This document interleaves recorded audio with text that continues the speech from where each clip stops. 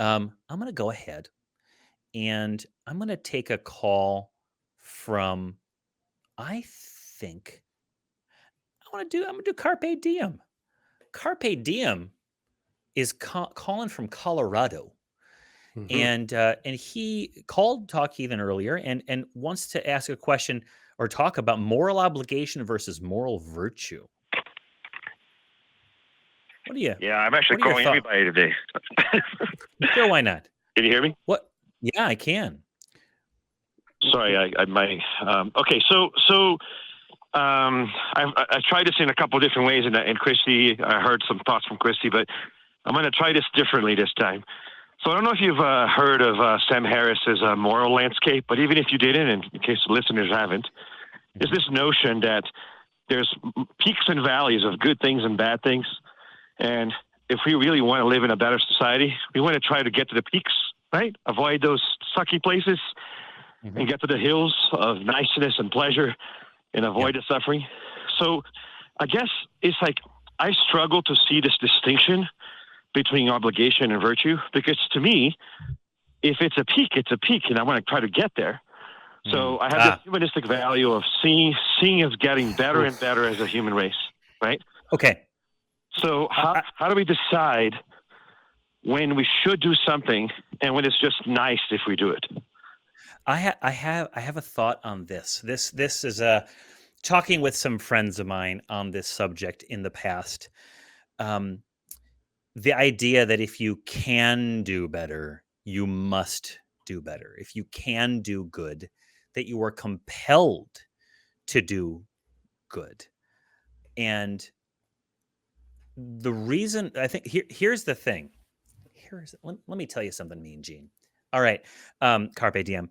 That you can wear yourself out as a human being, because if every virtue is an imperative, okay, that means that you are having to, if you're obligated to do, if moral virtue and moral obligations were the same thing, then I should never sit down and play video games even for 5 minutes. Sure. I would have to be out there at a soup kitchen. I would have to be out there writing law review articles on transgender rights and why we should have more of them.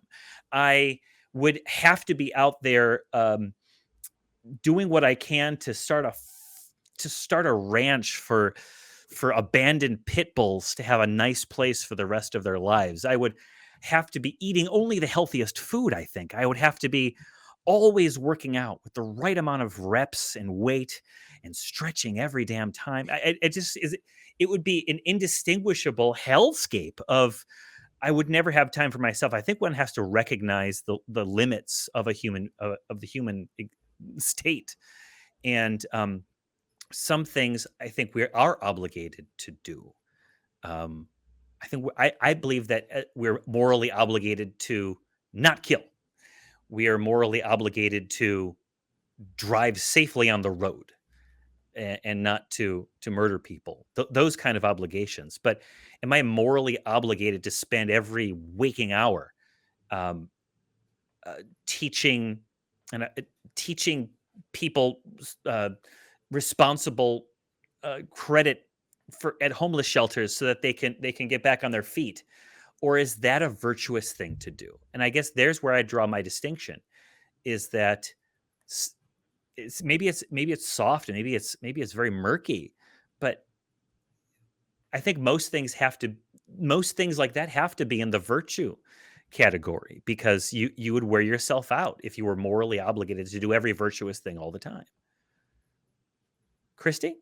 So that's fair. That's fair. So here's my pushback, and only because All right. I want us to, Do as it. secular people, to become to. Hello, can you hear me? Oh yeah. Hmm? Hello. Yeah. Okay, yeah. So just a pushback, because I muted myself, so I want to make sure. So like You're good. a pushback, because I think it's our goal to improve this system so that we are making less. And I agree with you. Like, Yeah. even if you did dedicate all your time to moral causes, Mhm. which moral causes? Pancreatic cancer or lung cancer? Right. Right? Oh my gosh. Yeah. Childhood cancer. So like it would be paralyzing at some point to decide, Yeah. what the hell do I do with my time? But that's not really what I'm talking about. I agree well, with carpe you. There's diem, gotta be a carpe diem. Why are you at the AIDS walk? There's a cancer walk across town next week. Exactly. Like, you're donating money to starving children in Africa. There are refugees in Southeast Asia right now. You should be. It's Why do you still have a kidney? you still have a kidney. You own a home. You should be donating that home to a poor family somewhere. You could look at, and this is not what you're talking about, but just to follow that up, and you'll pick up your thread. You can get into a kind of death cult, apologizing for your very existence because you're not doing absolutely everything you possibly could do at all times. But that's not what you're talking about. So please, what are you talking about? If it's not actually, I'm sorry. it is interesting that you brought that up, because there's people who are antinatalists, and part of the reason they're antinatalists is because the very existence causes suffering, right? So I completely see what you're saying, but here's what I'm actually asking, right? And I called a different network today too, and I stumble on my words. I'm trying not to do that on this time around. My concern is with I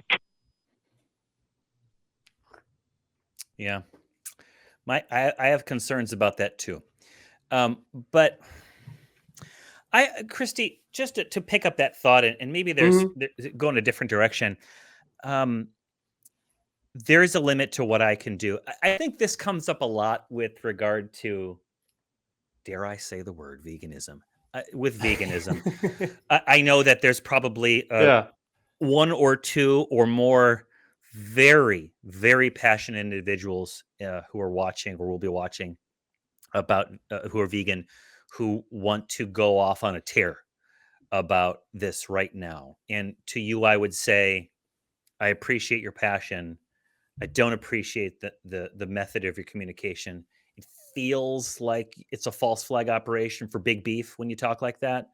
It feels like you're a plant by the beef companies to turn people off to veganism. But notwithstanding that side thing, I really do think that eating less meat, generally speaking, less meat is inarguably, for most people, better for the individual's health. I'm not a doctor, not that kind, and I'm not a environmental scientist. I'm not an agronomist. I don't study agricultural stuff. But less meat, less taxing upon the environment and the meat industrial complex, what have you.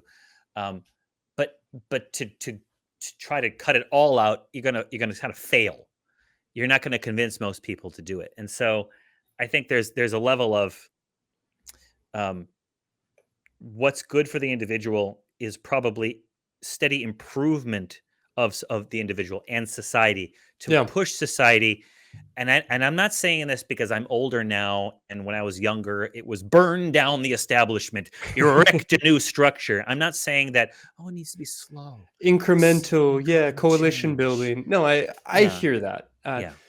I'll be brief, because I mean we kind of did a lot of this conversation on Talk Heathen earlier today, worth checking out. But I suppose that I kind of better answer this question by just getting at, well, what is good and what is bad? Like, is there good in the world? Is there evil in the world? Or can we actually step away from those kinds of judgments and look at the world through a lens of preference?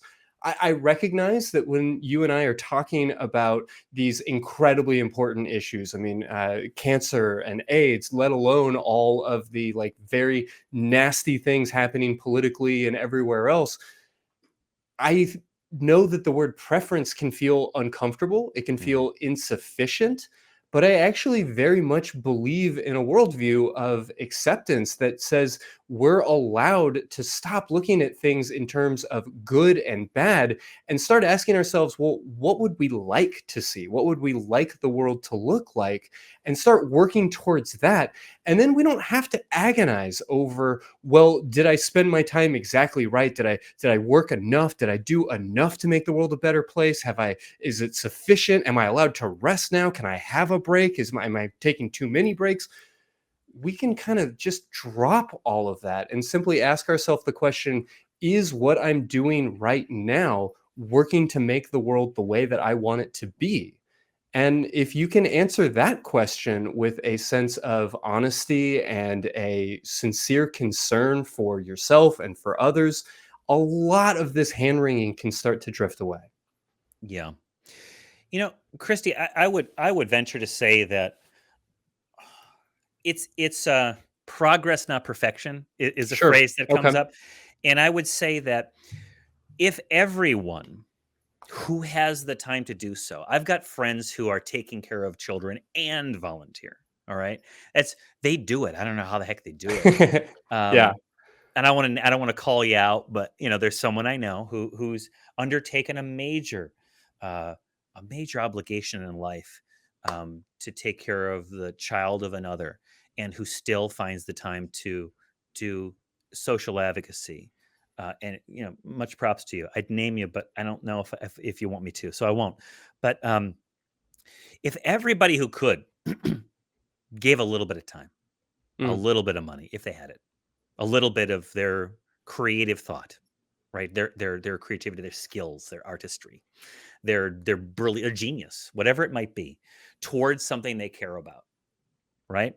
I'm not saying, all your free time, go donate, don't go do garbage cleanup on the side of the highway or something, but an hour a week, if you could muster it, to I don't know, research causes that you care about and find some way to contribute. I have been working on my flow chart, my theism dead end, the labyrinth of misbelief flow mm, chart. But if I did it like even 15 minutes a week instead of in bursts, I would have it done by now, since I've sure. been Yeah. volunteering at the ACA, and I would have another tool at my disposal to be more effective. Um, I have personal aspirations. This is Johnny Share hour. I have personal aspirations. I have all these short stories, all these stories, these science fiction gimmicks. If I spent an hour a week on one of them, I would have a little story by now. I could have been somebody. I could have been a contender.